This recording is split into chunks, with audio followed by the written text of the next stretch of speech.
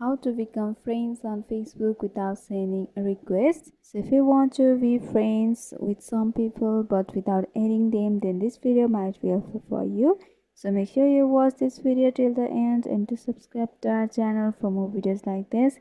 Now let's get into the video. So right now I'm at this section of Facebook from where you'll be able to explore your various posts like this. So in order to find the suggested friends or someone who have added you, you just have to swipe to the persons or the two persons right next to home, and here will be all of the person or the suggested account of the people.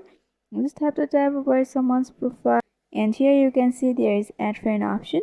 So here are two ways to do so. So the first thing is you need to tap on the three dotted horizontal line at the right hand side, and if here is follow option at the top, you just can go for follow, and by doing that also you'll be able to be friends.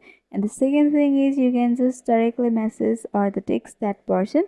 For that, tap over the message and you'll be opened up to this interface or the chat list. So you just have to send the message to the person, and if the person sends back the message or replied, then you'll be able to be friends or you'll be able to chat to that person.